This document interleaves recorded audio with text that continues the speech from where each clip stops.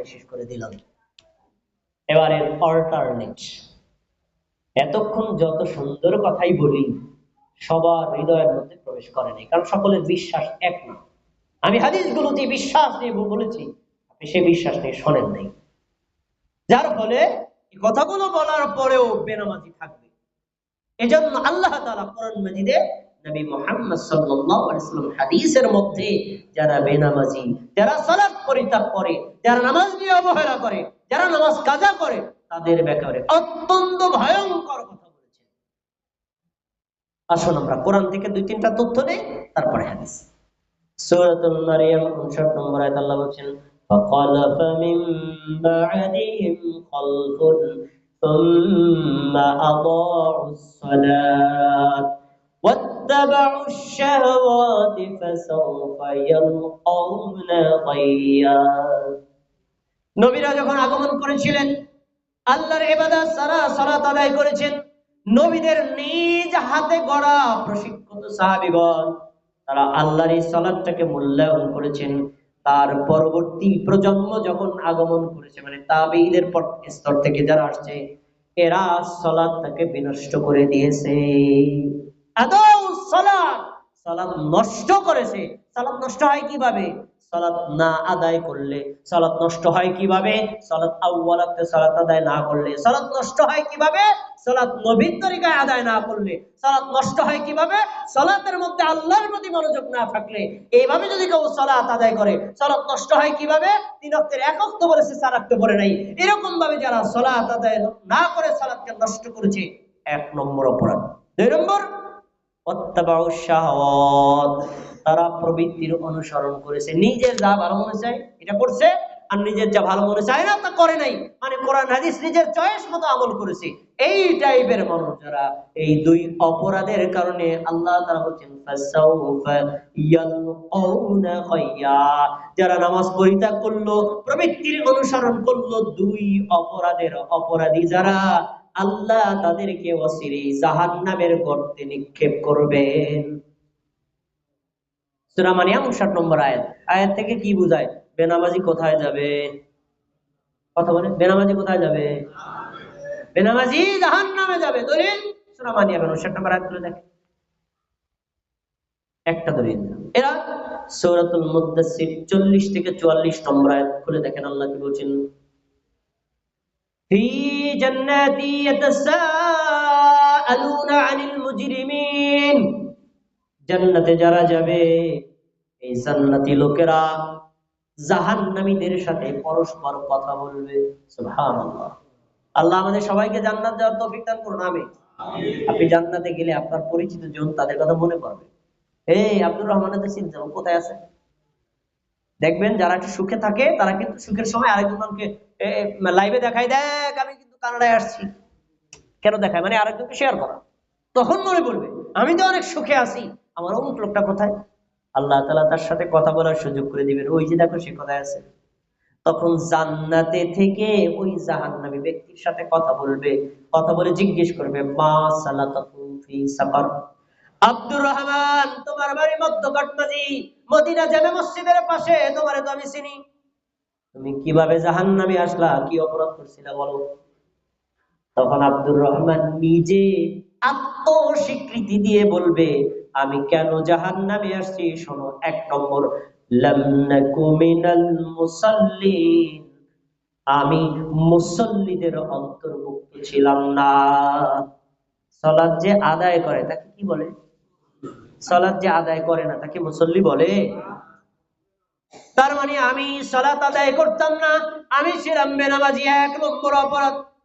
2 নম্বর, ওয়ালাম নাকুন তুইমুল মিসকিন, আমি মিসকিনদের খাদ্য দিতাম না। তার মানে আমার সম্পদের উপর যাকাত ফরজ হয়েছে, যাকাতের হক ছিল গরিব, যাকাতের হক ছিল মিসকিন, এদেরকে আমি যাকাতের টাকা দেই নাই, তাদের যাকাতের টাকা নিজে খাইছি। অপরাধ কয়টা হইল? 1 নম্বরে বেনামাজি হওয়া, 2 নম্বরে যাকাত আদায় না করা। এই 2টি অপরাধের কারণে আল্লাহ তাআলা আমাকে জাহান্নামের মধ্যে দিয়ে দিয়েছে। আয়াত কি প্রমাণ করে বেনামাজি কোথায় যাবে? কথা বলেন, কোথায় যাবে? আমি এতক্ষণ যা কথা বলছি এগুলো কি সব আমার নিজের গায়ের জোরে বলছি না কোরআন হাদিস দিয়া? আলেমরা এখানে আছে, সবগুলো আয়াতের নাম্বার বলছি, খুলে দেখতে পারবেন। তাহলে এই দুইটা, একটা হলো সূরা মারিয়ামের 59 নম্বর আয়াত, আরো অনেক আয়াত আছে, মানে সংক্ষেপ করার জন্য দুইটা বললাম, যে এই আয়াত সূরা মুত্তাসির থেকে স্পষ্ট বেনামাজি জান্নাতি নাকি জাহান্নামী। আপনারা কোথায় যেতে চান, জান্নাতে না জাহান্নামে? জান্নাতে যদি যেতে চান, জাহান্নাম থেকে বাঁচতে চান, তাহলে কি করতে হবে? মা বোনদেরকে অনুরোধ করে বলছি, আপনি যদি জাহান্নামের আগুন থেকে বাঁচতে চান, আপনাকে অবশ্যই নামাজের ব্যাপারে যত্নশীল, তাই না? আচ্ছা, এবার হাদিস। আরেকটা আয়াত বলি কিনা, আয়াতটা চমৎকার, তো আয়াতটা আপনাদের জানা আছে, কিন্তু আয়াতের শিক্ষাটা এমন ভাবে বলবো যে আপনার মাথায় কোনোদিন ধরেই নেই, জ্যামিতিক সিস্টেম। আয়াতটা সূরাতুল বাকারার 34 নম্বর আয়াতে আল্লাহ বলছেন, وَإِذْ قُلْنَا لِلْمَلَائِكَةِ اسْجُدُوا لِآدَمَ اسْجُدُوا لِآدَمَ فَسَجَدُوا إِلَّا إِبْلِيسَ أَبَى وَاسْتَكْبَرَ وَكَانَ مِنَ الْكَافِرِينَ। অনুবাদ করি, মনে পড়বে আপনাদের। আল্লাহ তাআলা আদম আলাইহিস সালামকে সৃষ্টি করেছেন, সৃষ্টি করার পরে ফেরেশতাদেরকে ডেকে বলছেন, সিজদা করো কাকে? বলেন, কথা বলেন, কাকে? আদম। আদমকে সিজদা করো, ঘটনা আপনারা জানেন।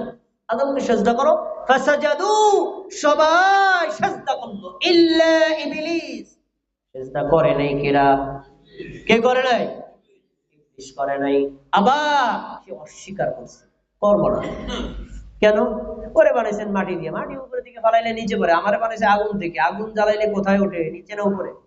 তাহলে আমার সম্মান বেশি, গৌরবের, অহংকারের লক্ষণ। আমি আজকে প্রধান বক্তা, আমি সেরা, আর কোন বক্তা ভালো না, আমার চেয়ে ভালো কোনো লোক নাই, এটা কিসের লক্ষণ? অহংকার, অহংকারের লক্ষণ। তারা বলছে না আমি তাকে সেজদা করবো না। এখন আপনাদের কাছে একটা জিজ্ঞাসা, খুব ভেবেচিন্তে উত্তর দিবেন।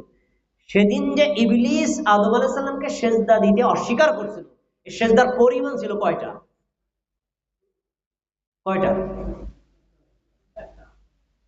কি জানা নাই মনে হয়, তাই না? আল্লাহ যে বললেন আদমকে সেজদা করো, কয়টা সেজদা? একটা। জেনে নেন কয়টা? একটা সেজদা করতে বলছিল, মাত্র ওয়ানলি ওয়ান, একটা, একটা। খেয়াল করে শুনুন মধ্য ঘটবাজি ভাইরা, আয়াতটা শুনছেন, ঘটনাও জানেন, কিন্তু আমি এমন ভাবে বলবো আপনার মাথায় কোনোদিন ধরে নাই। ইবলিস সমগ্র জীবনে একটা সেজদা দিতে অস্বীকার করেছে, যার ফলে আল্লাহ নিজে বলছেন ওয়াকানা মিনাল কাফিরিন, সে কাফেরদের অন্তর্ভুক্ত হয়ে জান্নাতে গেছে না জাহান্নামে গেছে।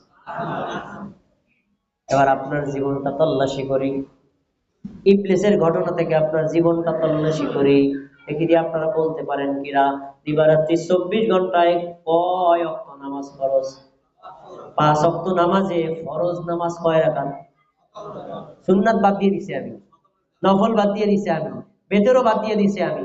ফরজ কয় রাকাত? এক রাকাতে কয়টা রুকু?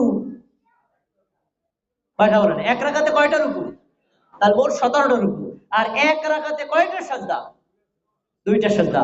আচ্ছা, এক রাকাতে যদি দুইটা সেজদা হয়, অনুরূপ ভাবে 17 রাকাতে কয়টা সেজদা হবে?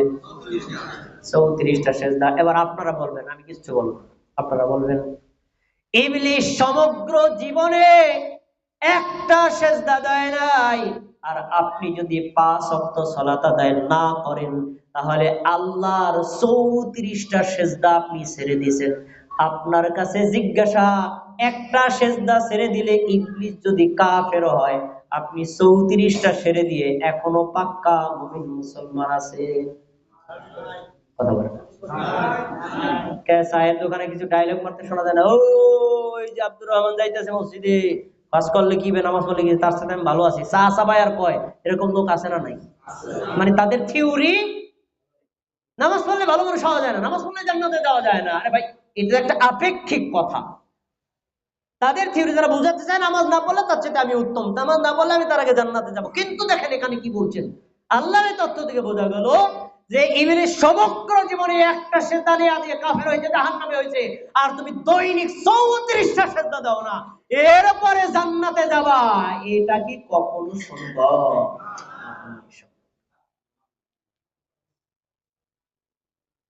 যে লোকটা বেনামাজি, যে নারী বেনামাজি, যে পুরুষ বেনামাজি, যে যুবক বেনামাজি, যে যুবতী বেনামাজি, সে দৈনিক কমপক্ষে 34টা আল্লাহর ফরজ লঙ্ঘন করে, এই লোকটাকে জান্নাতে আল্লাহ দিতে পারে না।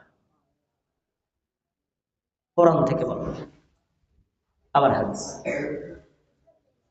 যদি কোনো মুমিন মুসলিম নামাজ আদায় না করে তাহলে তার পরিণতি কি? খুব ভালো করে শুনুন।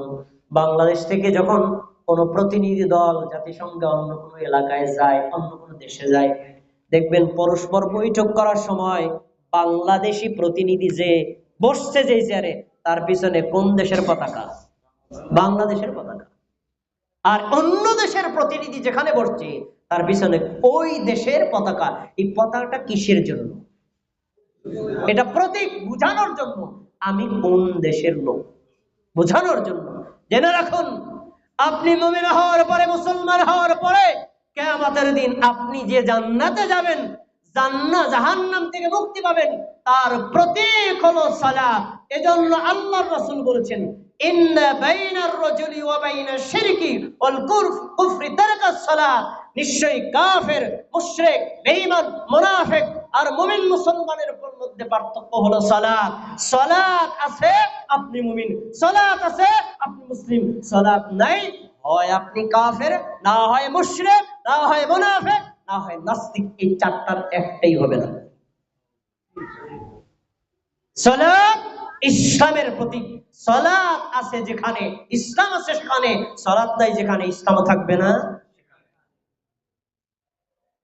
তাহলে হাদিসে স্পষ্ট প্রমাণ করে, বেনামাজি যদি থাকে তাহলে সে ইসলামের মধ্যে থাকতে পারে না।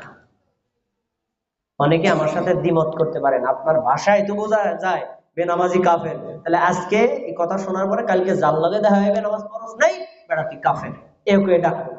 আমি এইটা বুঝাইনি, আমি এইটা বুঝাইনি। সালাত আদায় কন্টিনিউ করে না, সে কাফের হয়ে যাবে, কিন্তু কাফের বলে ডাকা যাবে না। তার কর্মের কারণে সে কাফের হয়েছে, কিন্তু আমি তাকে কাফের বলে ডাকতে পারবো না। কোন সাহাবী এভাবে বলেন ইয়া কাফের, নিষেধ করছেন। কাউকে যদি কাফের বলে ডাকেন, সে যদি কাফের না হয়, এই কাফের ফতোয়াটা রিপ্লাই করে আপনার কাছে আসবে। কাফের বলে ডাকা যাবে না, কিন্তু আমভাবে সাহাবী, সকল সাহাবীর ঐক্যমতে ইজমার ফতোয়া, বেনামাজি কাফের। ভালো করে শুনে নেন, সালাত ছুটে গেলে কাফের না, ইচ্ছা করে ছেড়ে দিলে এবং সেটা নিয়মিত করলে কাফের। ভাষাটা ভালো করে বুঝবেন। নামাজ আমারও মাঝে মাঝে কাজা হতে পারে, আপনারা কাজা হতে পারে। ধরেন একদিন এক ওয়াক্ত সালাতের কথা মনেই নাই, আসরের সময় মনে পড়ছে, আয় হায়রে জোহরের নামাজ পড়লাম না, আপনি কাফের হয়ে যাবেন না? ছুটে গেছে, ছেড়ে দেন নাই। আর আপনি 5 ওয়াক্তের ভিতরে এক ওয়াক্ত সালাত কাজা করে ফেলছেন, আপনি কাফের হয়ে যাবেন না? কিন্তু কন্টিনিউ 1 সপ্তাহ, 1 মাস আপনি কন্টিনিউ সালাত আদায় করছেন না, তাদের ব্যাপারে সকল সাহাবীর ঐক্যমত ফতোয়া আমি রেফারেন্স সহকারে বলছি। দেখুন, সুনানে তিরমিজি হাদিস নাম্বার 2622, কানা আসহাবু মুহাম্মাদিন সাল্লাল্লাহু আলাইহি ওয়াসাল্লাম লা ইয়ারাউনা শাইআন মিনাল আমালি তারকুহু কুফরুন গায়রাস সালাত। কাউকে চা দিয়েন না, কাউকে চা দিয়েন না। এইসব কথার মধ্যে চা দিলে কথাগুলো হারায় যাবে। সব সাহাবীদের ঐক্যমত ফতোয়া, যদি কোনো ব্যক্তি রোজা না করে, সাহাবীগণ তাদেরকে কাফের মনে করতেন না। যদি কোনো ব্যক্তি হজ না করে, তাহলে তাদেরকে কাফের মনে করতেন না। যদি কোনো ব্যক্তি যাকাত আদায় না করে, তাদেরকে কাফের মনে করতেন না। যদি কোনো ব্যক্তি পর্দা না করে, তাহলে তাদেরকে কাফের মনে করতেন না। কেন? এটা সময় সাপেক্ষ ইবাদত। যাকাত কি প্রতিদিন আদায় করা লাগে? সিয়াম কি প্রতিদিন আদায় করা লাগে? হজ কি প্রতিদিন আদায় করা লাগে? না।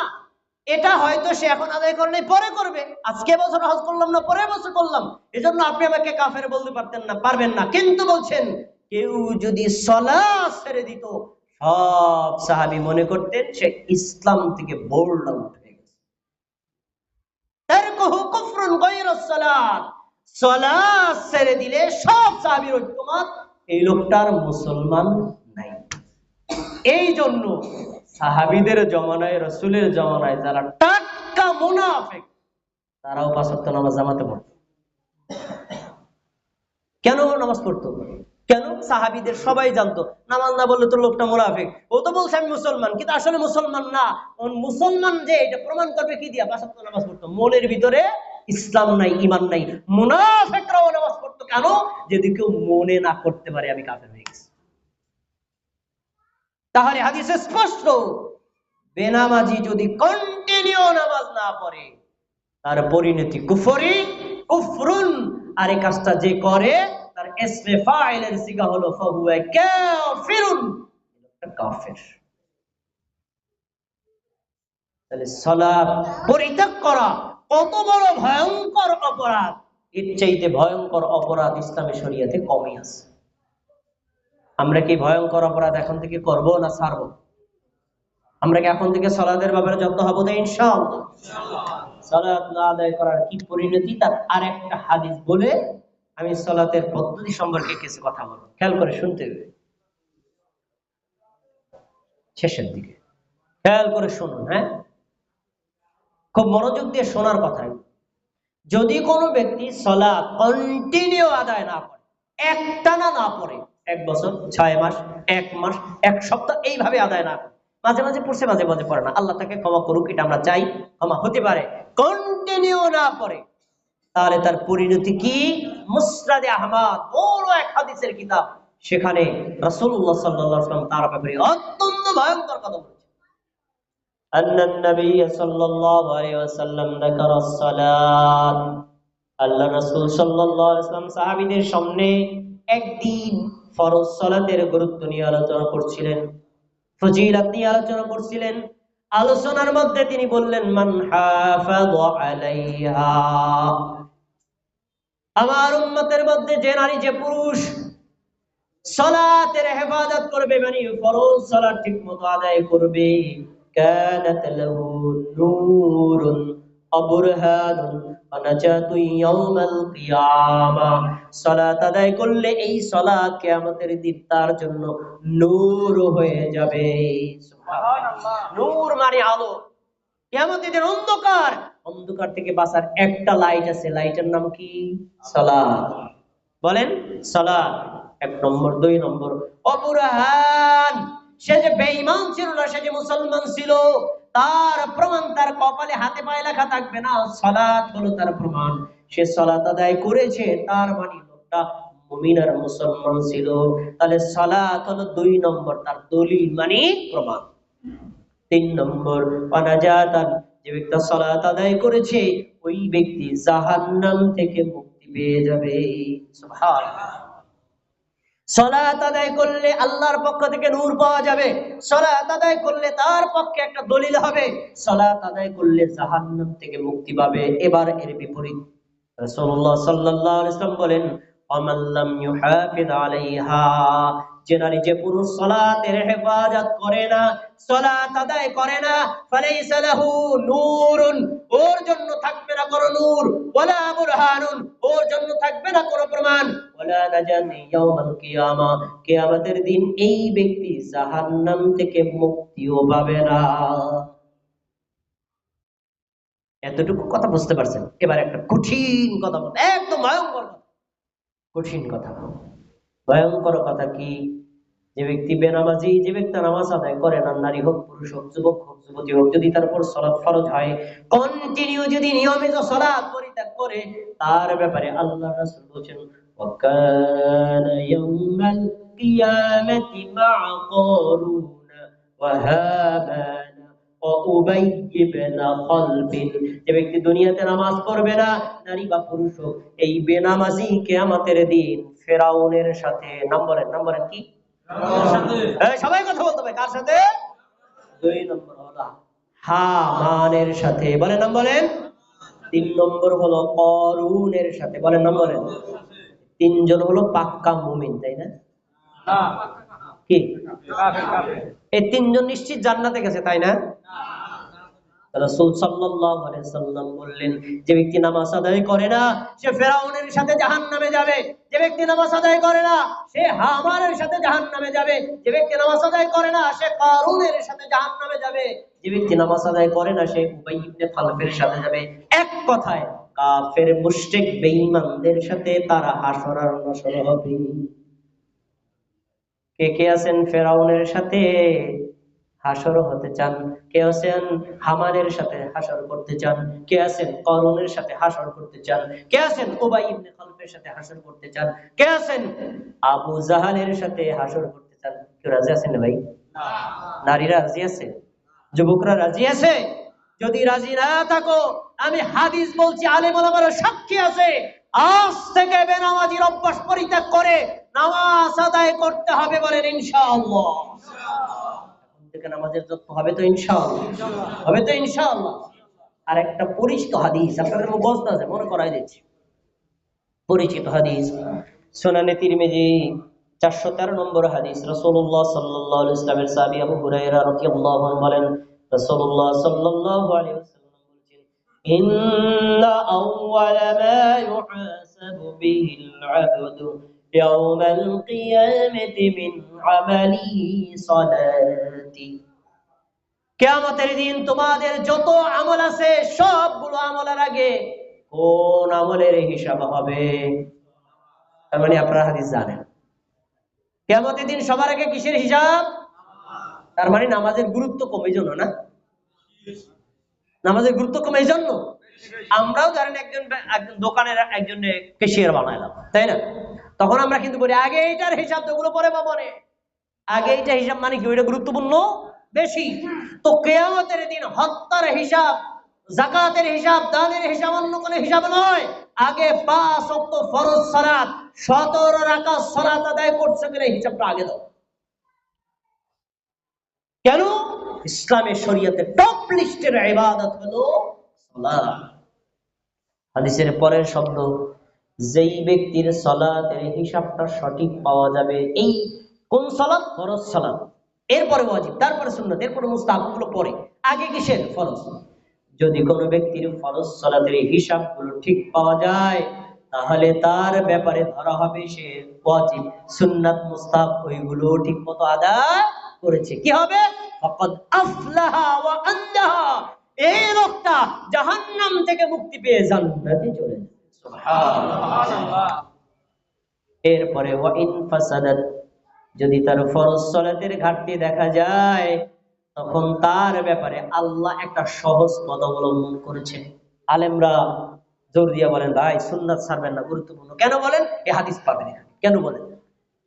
আল্লাহ রাব্বুল আলামিন যদি দেখেন মধ্যকটবাজি এলাকায় আব্দুল্লাহ নামে একজন ব্যক্তি আছে, সারা জীবন সব সালাত ঠিক মতো আদায় করছে, একদিন ফরজ সালাত ফজরের পরে নাই। ফজরের ফরজ সালাত কয় রাকাত? কথা বলেন, কয় রাকাত? এই 2 রাকাত সালাত আদায় করে নাই। তখন আল্লাহ এই বান্দাকে জাহান্নাম থেকে বাঁচানোর জন্য ফেরেশতাদেরকে বলবেন, উনজুরু হাল্লি মিন আবেদিন তাতাউইন, দেখো দি আমার এই বান্দার কোন নফল, কোন সুন্নাত, কোন ওয়াজিব সালাত কি আছে, দেখো দি। ফেরেশতারা বলবে, আল্লাহ একদিন সে মসজিদে ঢোকার পরে দেখছে এখনো ফরজ সালাতের জামাতে বাকি আছে, তখন সে আল্লাহু আকবার বলে 2 রাকাত দুখুলুল মসজিদ সালাত আদায় করছে। এই দুখুলুল মসজিদ সালাত আদায় করা কি ফরজ? নফল। নফল। আল্লাহ রাব্বুল আলামিন বলবেন, ওই 2 রাকাত নামাজকে, ফজরের 2 রাকাত ফরজ নামাজ ধরো, ধরার পরে আমার বান্দাকে জাহান্নাম থেকে বাঁচানোর ব্যবস্থা করো। এবার বলেন, নফল সুন্নাত কাজে লাগবে নাকি লাগবে না? ফরজের সাথে তুলনায় হতে পারে না, কিন্তু নফল সুন্নাত সাধ্যমতো আদায় করবেন। কেন? এটা আপনার ব্যাকআপ, এটা আপনার ব্যাকআপ, বিপদে পড়লে লাগবে। তো রাসূল সাল্লাল্লাহু আলাইহি সাল্লাম বলেন, যদি কোনো ব্যক্তির দেখা যায় ফরজ সালাতে ঘাটতি, নফল সালাতেও ঘাটতি পূরণ করা যাচ্ছে না, তাহলে তার হজের হিসাব হবে না, যাকাতের হিসাব হবে না, সিয়ামের হিসাব হবে না। লোকটা ফাসাদাত ফাকাদ খাবা, আর লোকটা ক্ষতিগ্রস্ত হবে আর দুঃখিত হবে, কিন্তু পরকালে দুঃখ করে কোনো উপকার হবে না, কোনো হবে না। আমরা কি জাহান্নামে যেতে চাই? তাহলে এখন থেকে এই হাদিস থেকে শিক্ষা নেব, পরকালে জাহান্নাম থেকে বাঁচতে চাইলে, সফল হতে হলে, জান্নাতে যেতে চাইলে এখন থেকে আগে ফরজ ইবাদতের গুরুত্ব দিতে হবে, তারপরে নফল সুন্নাতের গুরুত্ব দিতে হবে। সালাত, বিশেষ করে স্পেশালি সালাতের ব্যাপারে কোনো অবহেলাই করা যাবে না। ভাই অনেক কথা রয়ে গেছে, আরো সবই তো কোরআন হাদিস থেকে বললাম, আরো কথার অভাব নেই। এবার আমরা যাই, সালাত যে আপনি আদায় করবেন তার সিস্টেমটা কি, তার পদ্ধতিটা কি? যে কোনো ওয়েতে সালাত আদায় করলেই কি আল্লাহ কবুল করবেন? না। সালাত একটি ইবাদত, আল্লাহ ফরজ করেছেন। এই সালাত কিভাবে আদায় করবেন তা প্র্যাকটিক্যাল দেখার জন্য আল্লাহ তার নবীকে পাঠিয়েছেন। তিনি যেভাবে সালাত আদায় করছেন আপনাকে কপি করে সেভাবেই সালাত আদায় করতে হবে, বাড়ানো যাবে না, কমানো যাবে না। একদম তাকে কপি করতে হবে। কিন্তু আমরা অনেকে এই বিষয়টা বুঝি না। সালাত আদায় করছি 70 বছর পর্যন্ত, যদি প্রশ্ন করি চাচা কার দেখানো নিয়মে সালাত আদায় করেন, থাইমা যায়, কি বলবো উত্তর? তার মানে সে নিজেও কনফিউশন, জানে না তার সিস্টেমে সালাত আদায় করতে হয়। প্রত্যেক মুমিন মুসলমানকে এই সবক মুখস্থ করে নিতে হবে। সালাত, সিয়াম, হজ, যাকাত, দান, সাদাকা, ফরজ, ওয়াজিব, সুন্নাত, মুস্তাহাব একটাই নিয়মে করতে হবে। আর এই নিয়ম, এই তরিকার নাম মুহাম্মদ সাল্লাল্লাহু আলাইহি ওয়াসাল্লামের তরিকা। তার তরিকার বাইরে যত চমৎকার আমল করেন আল্লাহর কাছে এটার কোনো দাম নেই। দলিল আল্লাহ বলছেন সূরাতুল মুহাম্মদ 33 নম্বর আয়াতে আল্লাহ বলছেন, ইয়া আইয়ুহাল্লাযীনা আমানু আতিউল্লাহ ওয়া আতিউর রাসূল। মুমিনগণ, তোমরা আল্লাহর আনুগত্য করো, মানে কোরআনে আল্লাহ যা বলেছেন সেটা মেনে নাও। আর রাসূলের আনুগত্য করো মানে সহিহ হাদিসে আল্লাহর রাসূলের যত আমল যেভাবে যেখানে যা আছে সেখানে তাই তোমরা তার আনুগত্য করো। তার মানে কোরআনের আনুগত্য, হাদিসের আনুগত্য, নবীর আনুগত্য, আল্লাহর আনুগত্য। এরপরে বলছেন ওয়ালা তুবতিলু আমালাকুম, তোমরা তোমাদের আমলগুলো বাতিল করে দিও না। মানে কি, কেউ যদি আল্লাহর আনুগত্যের বাইরে কোনো ইবাদত করে তার আমল রিজেক্টেড। কেউ যদি নবীর তরিকার বাইরে কোনো সিস্টেমে আমল করে তার আমলটাও আল্লাহ বাতিল করে দিবে। আমল করবেন, সময় যাবে, কষ্ট হবে, অর্থ যাবে, কিন্তু পরকালে কোনো নেকি পাওয়া যাবে না। ইসলামী শরিয়াতে ইবাদতের তরিকা কয়টা? ইবাদতের তরিকা কয়টা? কি সবার জানা নাই? আমাদের ইবাদতের তরিকা কয়টা? এক তরিকা ইবাদত করতে হবে ইসলামী শরিয়াতে, আর কোন তরিকা এলাও না। দলিল কি? আপনার সামনে আয়াত, আপনার মুখস্থ আছে, ভাবেন নাই করেন। সূরা আলে ইমরানের 31 নম্বর আয়াত খুললে দেখেন আল্লাহ কি বলছেন, কুল ইন কুনতুম তুহিব্বুনাল্লাহ ফাত্তাবিউনি। নবী তুমি পৃথিবীর মানুষদেরকে বলো, তোমরা যদি আল্লাহকে ভালোবাসো, আপনাদের কাছে প্রশ্ন, আপনারা কি আল্লাহকে শত্রু মনে করেন নাকি ভালোবাসেন? হ্যাঁ ভাইরা কথা বলেন, আল্লাহকে ভালোবাসি না আমরা? আল্লাহকে ভালোবাসা ফরজ। ফরজ এটা কেমন ফরজ? ঈমানের পার্ট। কেউ যদি আল্লাহকে ভালো না বাসে সে বেঈমান। কতটুকু ভালোবাসবে? আসাদ্দু হুব্বাল লিল্লাহ, পৃথিবীর সবচেয়ে বেশি ভালোবাসতে হবে কাকে? আল্লাহকে। আল্লাহকে। তো তোমরা আল্লাহকে ভালোবাসো, তাই না? যদি তোমরা আল্লাহকে ভালোবাসো ফাত্তাবিউনি, আমার দিক তাকায় শুনতে হবে, ফাত্তাবিউনি, তোমরা আমার অনুসরণ করো। বাংলা ভাষাটা বুঝায় বলছি, দেখি আপনারা বুঝেন কিনা। আমার আর আমাদের বাংলা ভাষার শব্দ দুইটা কি এক না আলাদা অর্থ? আমার হলো এক বচন আর আমাদের হলো বহু বচন। তার মানে রাসূল সাল্লাল্লাহু আলাইহি ওয়াসাল্লাম ইঙ্গিত করে বলছেন আল্লাহকে ভালোবাসো, প্রমাণ দাও, আমার আনুগত্য করতে হবে। এর মানেটা কি? এক নবী মুহাম্মদ সাল্লাল্লাহু আলাইহি ওয়াসাল্লামের দেখানো তরিকার বাইরে পীরের তরিকা, বুজুর্গের তরিকা, আলেমের তরিকা, এলাকার তরিকা, দেশের তরিকা, দশের তরিকা, হুজুরের তরিকা, মুফতির তরিকা, মাওলানার তরিকা, পৃথিবীর কোনো তরিকা চলবে না। একমাত্র মুহাম্মদ সাল্লাল্লাহু আলাইহি ওয়াসাল্লামের তরিকা ইবাদত। অন্য তরিকায় গেলে আমল রিজেক্ট, গ্রহণযোগ্য হবে না। একটা সবক কি মুখস্থ নেওয়া যায় বলেন তো? কার মতো নামাজ পড়বেন, কার মতো যাকাত দিবেন, কার মতো হজ করবেন, কার মতো নফল ইবাদত করবেন? তিনি যেখানে যেভাবে যতটুকু করেছেন আপনি সেখানে ততটুকু তাই করবেন। একটু ডিসপ্লেস করলে আমল বেদাত বলে গণ্য হবে। এই আমল দিয়ে আল্লাহ পরকালে আপনাকে নাজাত দিবেন না। একটা হাদিস বলছি, সুনানে সহিহুল বুখারী হাদিস নম্বর 631। রাসূলুল্লাহ সাল্লাল্লাহু আলাইহি ওয়াসাল্লামের সাহাবী মালিক ইবনে হুয়াইরিস রাদিয়াল্লাহু আনহু বলেন, আমরা কতিপয় সমবয়স্ক যুবক আল্লাহ রাসূলের কাছে আসলাম। 20 রাত 20 দিন পর্যন্ত তার কাছে অবস্থান করলাম। কেন? দেখি তিনি কিভাবে ইবাদত করেন। 20 রাত 20 দিন পর্যন্ত তার সালাত দেখেছি। 21তম দিনে সকালবেলা বলছেন, এই মালিক, বাড়িতে কারে কারে রাখছো? বললাম, আমাদের পরিবার পরিজন আছে। তিনি বলছেন, ইরজিউ ইলা আহলিকুম, তোমরা তোমাদের পরিবারে ফিরে যাও।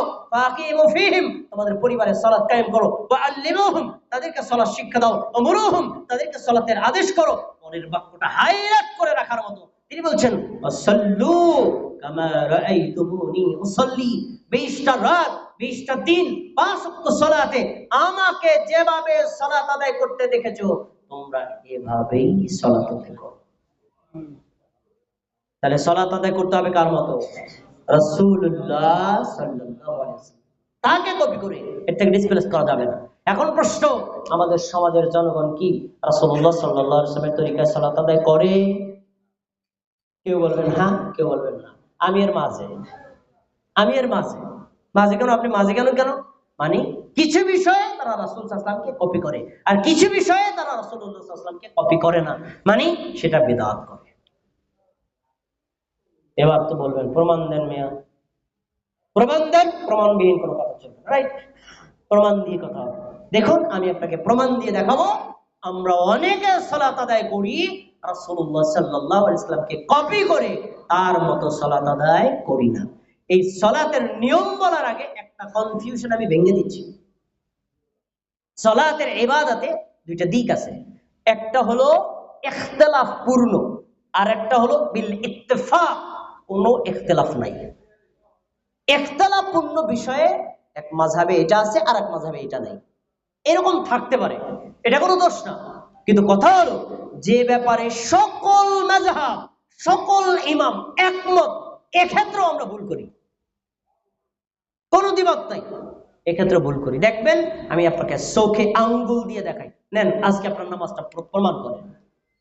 সহিহ বুখারী হাদিস নাম্বার 793। আবু হুরায়রা রাদিয়াল্লাহু আনহু বলেন, রাসূলুল্লাহ সাল্লাল্লাহু আলাইহি সাল্লাম মসজিদে প্রবেশ করলেন। খেয়াল করে মনোযোগ দিয়ে শুনুন, খেয়াল করে শুনুন, শেষ আলোচনা শেষ করে দিচ্ছি। মসজিদে ঢুকলেন, তারপরে একজন সাহাবী ঢুকছেন। ফাসাল্লা রাকাতাইন, ওই সাহাবী 2 রাকাত সালাত আদায় করছেন। আল্লাহ রাসূল নিজের চোখ দিয়ে দেখছেন। সাহাবী এসে আল্লাহ রাসূলকে সালাম দিলেন। আল্লাহ রাসূল সাল্লাল্লাহু আলাইহি ওয়াসাল্লাম সালামের জবাব দিয়ে বলছেন, ইরজি ফাসাল্লি ফাইন্নাকা লাম তুসাল্লি, ফিরে যাও, আবার সালাত আদায় করো, তুমি সালাত আদায় করো। সাহাবী ফিরে গেলেন, আবার সালাত আদায় করলেন, রাসূলকে সালাম দিলেন। এভাবে যখন আল্লাহ রাসূলের কাছে আসেন, আল্লাহ রাসূল একই কমেন্ট করছেন, যাও, ফিরে যাও, তুমি আবার সালাত আদায় করো, তুমি সালাত আদায় করোনি। এভাবে আল্লাহ রাসূল তাকে 3 বার ফেরত পাঠাইছে। পিছনের ভাই আমার কথা কি শোনা যায়? পিছনের ভাই আমার কথা শোনা যায়? বলুন তো, আল্লাহ রাসূল তাকে কয়বার ফেরত পাঠাইছে? কয়বার বলেন? 3 বার।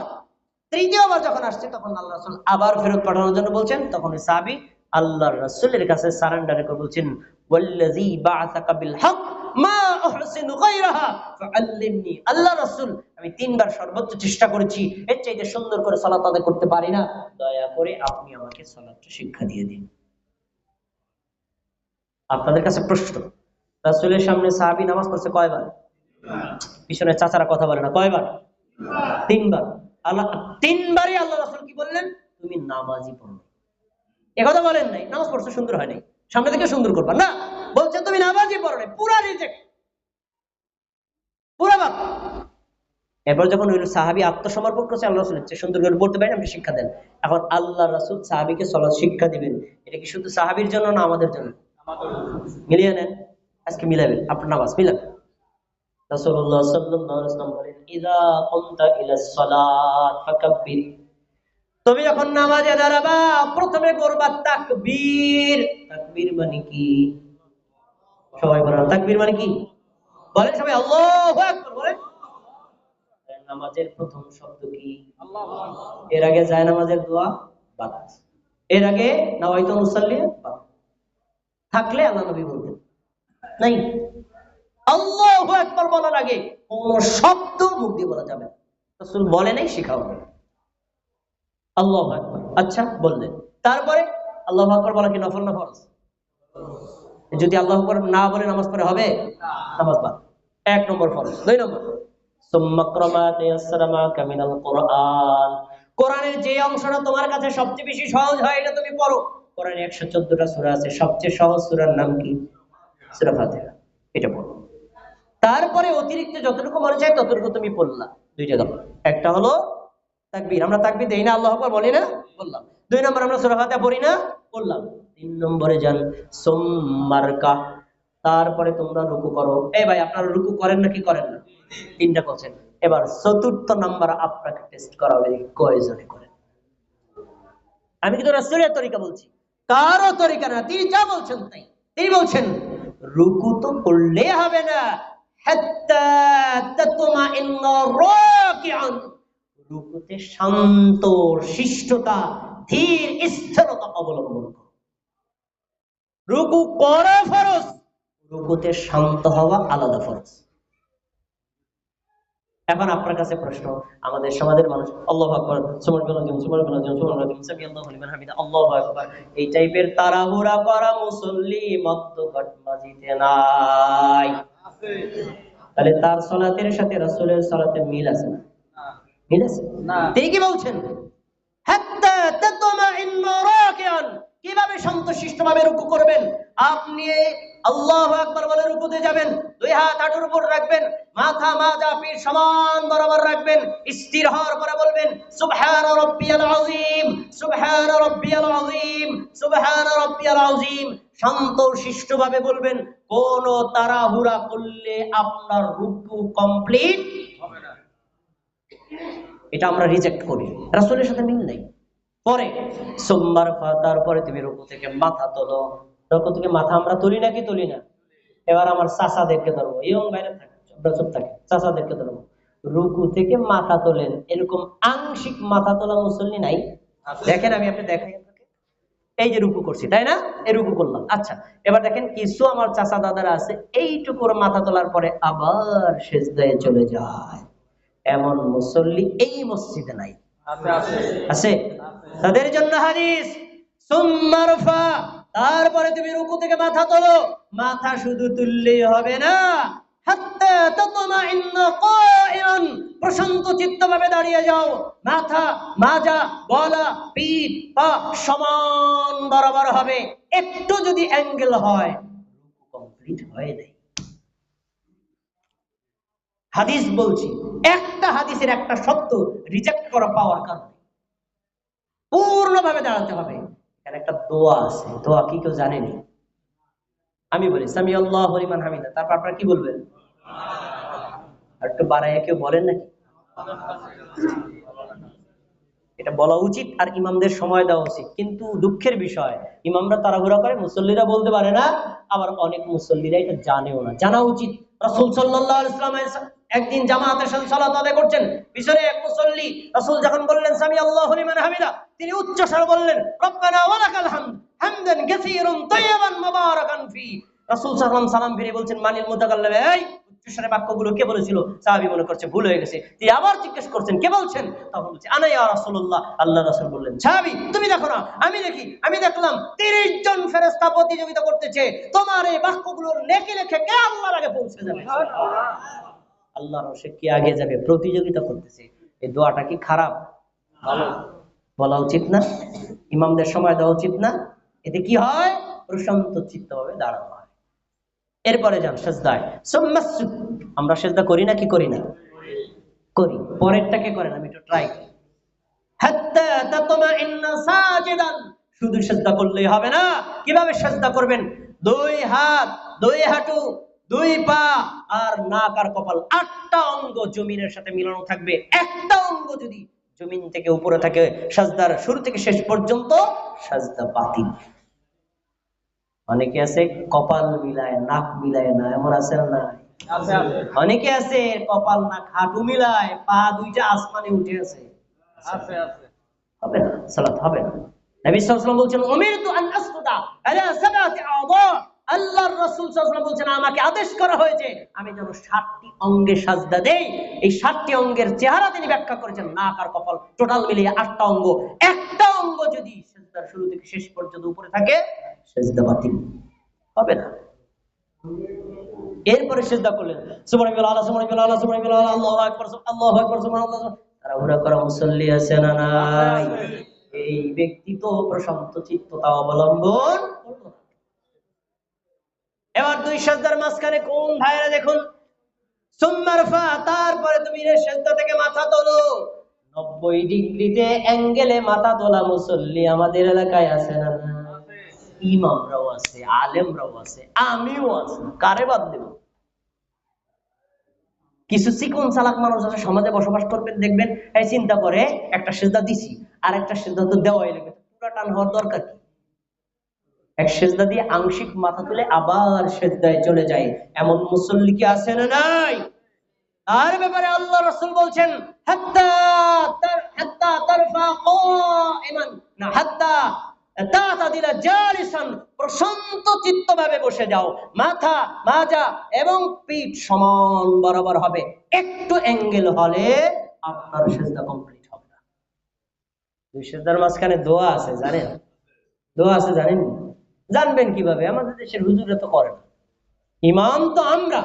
আমরা যদি মুসল্লিদেরকে একটু সময় নিয়ে করি তখন ওনাদেরকে শিক্ষা না দিলেও বলবে হুজুর দুই সিজদার মাঝখানে একটু দেরি করলেন, কি করেন?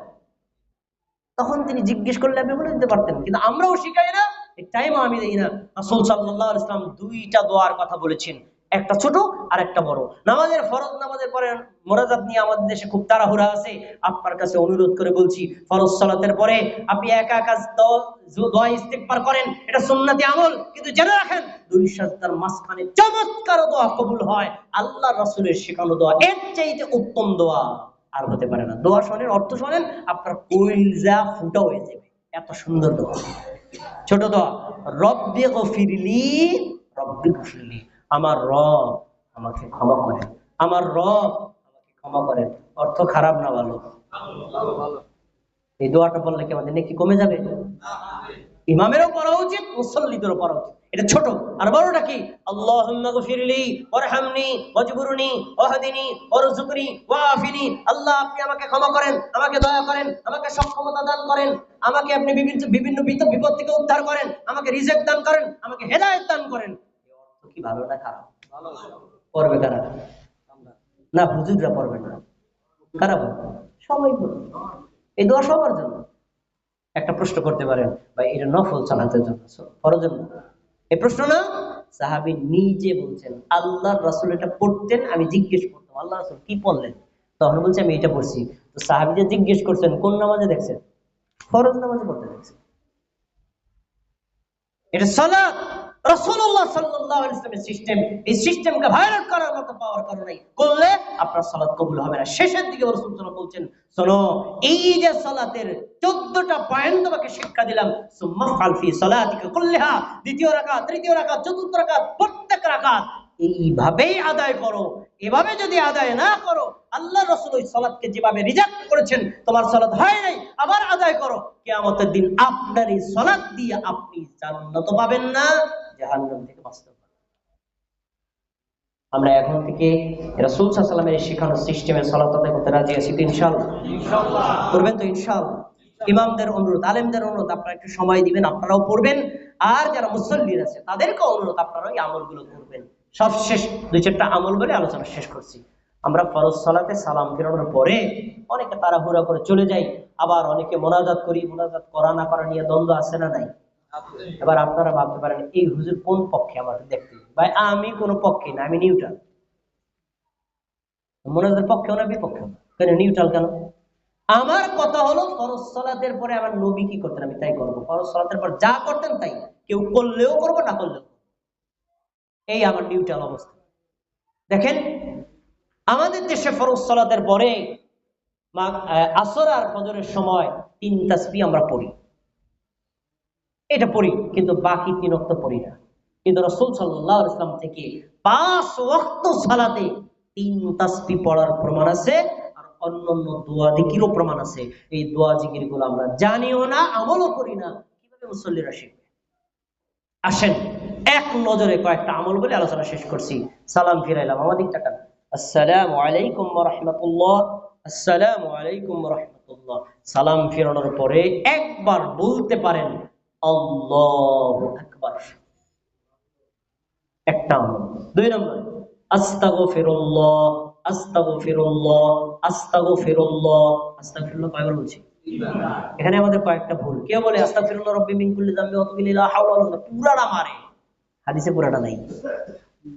ইবাদত বাড়ানো যাবে না, কপি করতে হবে। আবার অনেক আছে আস্তাগফিরুল্লাহ, আস্তাগফিরুল্লাহ, আস্তাগফিরুল্লাহ, এরকম বলতে শুনছেন? আস্তাগফিরুল্লাহ মানে তুমি ক্ষমা চাও, আর আস্তাগফিরুল্লাহ মানে আমি ক্ষমা চাই। আপনি কি চাইতে বলবেন না নিজে চাইবেন? শব্দ সংযোগ ঠিক করে নেন, বলেন আস্তাগফিরুল্লাহ কয়বার? তিনবার। এরপরে আল্লাহুম্মা আনতাস সালাম ওয়া মিনকাস সালাম তাবারাকতা ইয়া যাল জালালি ওয়াল ইকরাম, একবার। মানে কালেমরা এটা পড়ে, আমি দেখছি, আলহামদুলিল্লাহ। আপনারাও পড়বেন আল্লাহুম্মা আনতাস সালাম ওয়া মিনকাস সালাম তাবারাকতা ইয়া যাল জালালি ওয়াল ইকরাম। এরপরে একবার লা ইলাহা ইল্লাল্লাহু ওয়াহদাহু লা শারীকা লাহু লাহুল মুলকু ওয়া লাহুল হামদু ওয়া হুয়া আলা কুল্লি শাইইন কাদির। পারেন না এটা আপনারা? একবার। এরপরে আল্লাহুম্মা লা মানিআ লিমা আতাইতা ওয়া লা মু'তিয়া লিমা মানাতা ওয়া লা ইয়ানফাউ যাল জাদ্দি মিনকাল জাদ্দু। আল্লাহ, আপনি যদি কাউকে কিছু দেন পৃথিবীর কেউ ঠেকাতে পারে না, আপনি যদি না দেন কেউ দিতেও পারে না, আপনার সিদ্ধান্তের উপর সিদ্ধান্ত কেউ নিতেও পারে না। কত সুন্দর দোয়া, পারে না, ইমামরাও পারে না, মুসল্লিরা পারে না। তারপরে আয়াতুল কুরসি একবার পড়তেন। রাসূল সাল্লাল্লাহু আলাইহি ওয়াসাল্লাম বলেন, যে ব্যক্তি আয়াতুল কুরসি প্রত্যেক ফরজ সালাতের পর পড়বে, লাম ইয়ামনাহু মিন দুখুলিল জান্নাতি ইল্লা আইয়ামুত, এই লোকটা মরার সাথে সাথে কোথায় যাবে? আয়াতুল কুরসি কি কোন ওয়াক্তে? পাঁচ ওয়াক্ত সালাতের পরে, পাঁচ ওয়াক্ত ফরজ সালাতের পরে সুন্নাতকে সামনে রেখে এই জিকির আজকার গুলো করার পরে সুন্নাত পড়বেন। এটাই হলো রাসূলের সুন্নাত এবং সাহাবীদের সুন্নাত। আরো অনেক আছে, সূরা ফালাক, সূরা নাস, এটাও পড়বেন। সূরা ইখলাস পড়তে পারেন। এভাবে আরো অনেক দোয়া জিকির আছে, আপনারা এই দোয়া জিকির গুলো করবেন। এবার আসুন তিন তাসবিহ। আজকে তিন তাসবিহ যেভাবে বলবো, আমার মনে হয় এবার কখনো শোনেন নাই, একদম সবার মুখস্থ হয়ে যাবে। আমার মা বোনেরা যে যেখানে আছেন মনোযোগ দিয়ে শোনেন, চমৎকার আমল, চমৎকার আমল। পাঁচ ওয়াক্ত ফরজ সালাতের পরে সুন্নাতকে সামনে রেখে এই জিকির আজকার তাসবিহ গুলো করবেন, তারপরে সুন্নাত করবেন, এরপরে হাত তুলে আল্লাহর কাছে দোয়া করতে পারেন।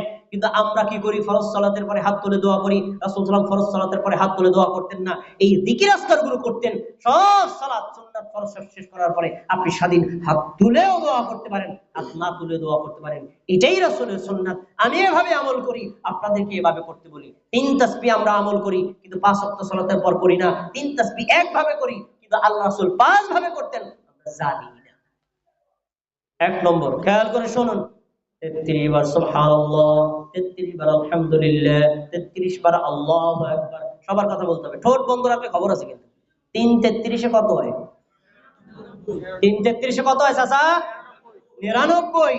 এই আমলটা যদি কেউ করে, সহিহ বুখারীতে হাদিস বর্ণিত আছে, রাসূল সাল্লাল্লাহু আলাইহি ওয়াসাল্লাম বলেন, ওই ব্যক্তির আমলনামায় হজের নেকি, উমরার নেকি, যাকাতের নেকি, দানের নেকি, জিহাদের নেকি লিখে দিবেন। সুবহানাল্লাহ। 3 33 99, একটা আমল গেল। 2 নম্বর, 33 বার সুবহানাল্লাহ, 33 বার আলহামদুলিল্লাহ, 33 বার আল্লাহু আকবার। 33 কত হইছে? 99। আগের সাথে মিলছে না মিলে নাই? এবার পার্থক্য একবার বলবেন, লা ইলাহা ইল্লাল্লাহু ওয়াহদাহু লা শারীকা লাহু লাহুল মুলকু ওয়া লাহুল হামদু ওয়া হুয়া আলা কুল্লি শাইইন কাদির। আগের 99 আর এই এক হইছে 200 না? 100। ওই আমার চাচা কয়বার কত হইছে বলেন? 100। এই আমলটা যদি কেউ করে, সহিহ মুসলিমের হাদিস, রাসূল সাল্লাল্লাহু আলাইহি ওয়াসাল্লাম বলেন, গুফিরাত খাতায়াহু ওয়া ইন কানাত মিসলা জাবাদিল বাহর। ওই ব্যক্তির আমল, ওই ব্যক্তির পাপ যদি সমুদ্রের ফেনার সমান হয়, ক্ষমা করে দিবেন কে? আল্লাহ। ফরজ সালাতের পরে ইমাম মুসল্লি হাত তুললে ক্ষমা হবে, কোনো ওয়ারেন্টি নেই, গ্যারান্টি নেই। আর এই যে দলিল দিয়ে গেলাম, নিশ্চিত ক্ষমা হবেই। দুইটা। 3 নম্বর, 33 বার সুবহানাল্লাহ, 33 বার আলহামদুলিল্লাহ, 34 বার আল্লাহু আকবার। এটা আপনারা করেন মনে হয় না? করেন না? কমন পড়ছে না? কমন পড়ছে। 100। এটার ব্যাপারে দুইটা হাদিস, রাসূল সাল্লাল্লাহু আলাইহি ওয়াসাল্লাম বলেন, এই 100 সংখ্যার জিকিরটা যে করবে, আল্লাহ তাআলা 10 গুণ বাড়ায়া কিয়ামতের দিন তাকে 1000 বার পড়ার নেকি দিয়ে দিবে। সুবহানাল্লাহ। আর সহিহ মুসলিমের হাদিস, এই ব্যক্তির আমলকে আল্লাহ নিরাশ না করে তাকে অবশ্যই নেকি দিয়ে দিবেন। কয় ভাবে গেল? 3 ভাবে। এবার 4th নম্বর, নতুন শিক্ষা। আপনারা তো বলেন হুজুর আনসার নতুন নতুন ফতোয়া খায়, আজকে আমি নতুন ফতোয়া বলি। নতুন ফতোয়া, 5 ওয়াক্ত ফরজ সালাতের পরে 10 বার সুবহানাল্লাহ, 10 বার আলহামদুলিল্লাহ, 10 বার আল্লাহু আকবার, 3 10 40 হয় না? কথা বলেন না, 3 10 কত হয়? 30। 1 ওয়াক্ত ফরজ সালাতের পর পড়বেন 30, 5 ওয়াক্ত ফরজ সালাতের পর পড়লে 5 দিয়ে 30 টা গুণ দেন, কত হয়? 150। আল্লাহর নবী বলেন সে পড়বে 150, আল্লাহ 10 গুণ বাড়ায়া 1500 বার পড়া লিখে দিবেন। সুনানে নাসাইর হাদিস। আর সুনানে তিরমিজিতে এই হাদিসটাই আরেকটা শব্দ আসছে, আল্লাহ তাআলা তাকে জান্নাত দান করবে। 3 10 কত হলো? 30 জিকিরটা করবেন। এবার পঞ্চম সিস্টেম, পঞ্চম হলো 25 বার সুবহানাল্লাহ, 25 বার আলহামদুলিল্লাহ, 25 বার আল্লাহু আকবার, 25 বার লা ইলাহা ইল্লাল্লাহ। 4 25 কত হয়? 100। এই আমলটা কেউ যদি করে, নবী মুহাম্মদ সাল্লাল্লাহু আলাইহি সাল্লামের একটা সুন্নতি আমলের নেকি আল্লাহ তার আমলনামায় তুলে দিবেন। এই আমার দিক তাকান, আমার দিক তাকান, কথা শেষ, আমি মাইক ছেড়ে দিচ্ছি, দেখি মনে পড়ে কিনা। 3 তাসবিহ কয় ভাবে পড়া যায়? জোরে বলেন, কয় ভাবে পড়া যায়? সময় থাকলে 5 ভাবেই পড়বেন, সময়ের অভাব আছে 5টার মধ্যে কোনটা বেশি আপনার কাছে ফজিলত মনে হয়েছে ওইটা পড়বেন। একেবারে সময় ব্যস্ত, বাস ছাইরা দিতেছে, কৃষিকাজে যাওয়া লাগবে, অফিসে যাওয়া লাগবে, এত ব্যস্ত সময় পান নাই, কমপক্ষে 5 ওয়াক্ত ফরজ সালাতের পরে 10 বার সুবহানাল্লাহ, 10 বার আলহামদুলিল্লাহ, 10 বার আল্লাহু আকবার এই জিকিরটা পড়ে তারপরে সুন্নাতে দাঁড়াবেন, আর নাহলে কাজে যাবেন। কিন্তু এই জিকিরটা কমপক্ষে ছাড়বেন না ভাই। 10 বার সুবহানাল্লাহ, 10 বার আলহামদুলিল্লাহ, 10 বার আল্লাহু আকবার, এই জিকির করতে ঘন্টা আনি সময় লাগে না? 30 সেকেন্ডও লাগে না, আমি ট্রাই করে দিচ্ছি। 30 সেকেন্ডও লাগে না। এই জিকিরটাও যে করবে না, এরকম তো আসলে নেমো খারাপ। এত ফজিলত থাকতে এটাও যে করবে না, এই লোকটার আমি কি দা বুঝাবো? ভাইরা, এই আমলগুলো এখন থেকে আমরা করবো তো ইনশাআল্লাহ। আল্লাহ আমাদের তৌফিক দান করুন। আমি অনেক মা বোনদেরকে দেখছি, তারা আলোচনা শুনেছেন, তাদের জন্য একটা হাদিস বলে আলোচনা শেষ করছি। রাসূল সাল্লাল্লাহু আলাইহি ওয়াসাল্লাম নারীদের জন্য জান্নাতকে সহজ করেছেন আর পুরুষদের জন্য কঠিন করেছেন। তো জান্নাতে নারীরা বেশি না পুরুষ বেশি? ঠিক হয়, জান্নাতে নারী বেশি না পুরুষ বেশি? পুরুষ বেশি, পুরুষ বেশি। আর জাহান্নামে নারী বেশি। কিন্তু উল্টা সিস্টেম শুনবেন, পুরুষদের জন্য অল্প কর্মসূচিতে জান্নাতে যাবে, এটা কোরআনেও নেই, হাদিসেও নাই, অনেক কাজ। কিন্তু নারীদের জন্য মাত্র 4টা কাজ আল্লাহ রাসূল 4 দফা কর্মসূচি দিয়েছেন। 4 দফা কর্মসূচি আপনারা একটু মুখস্থ করে নিয়ে যান। আমার মা বোনেরা যারা আলোচনা শুনতেছেন, এখন একটু খেয়াল করে শুনুন। ইদা সাল্লাতিল মারআতু খামসাহা, কোন মুমিন নারী যদি 5 ওয়াক্ত সালাত আদায় করে, 1 নম্বর আমল। ওয়াসামাত শাহরাহা, রমজানের সিয়াম রাখে। এরপরে ওয়াহাসানাত ফারজাহা, যে নারী তার লজ্জাস্থানের হেফাজত করে, স্বামী ব্যতীত অন্য কারোর সাথে জেনায় লিপ্ত হয় না। কয়টা গেল? 3। 4 নম্বর ওয়াআতাআত বালাহা, যে নারী তার স্বামীর আনুগত্য করে। রাসূল সাল্লাল্লাহু আলাইহি ওয়াসাল্লাম বলেন কিয়ামতের দিন আল্লাহ তাকে স্বাধীনতা দিবেন।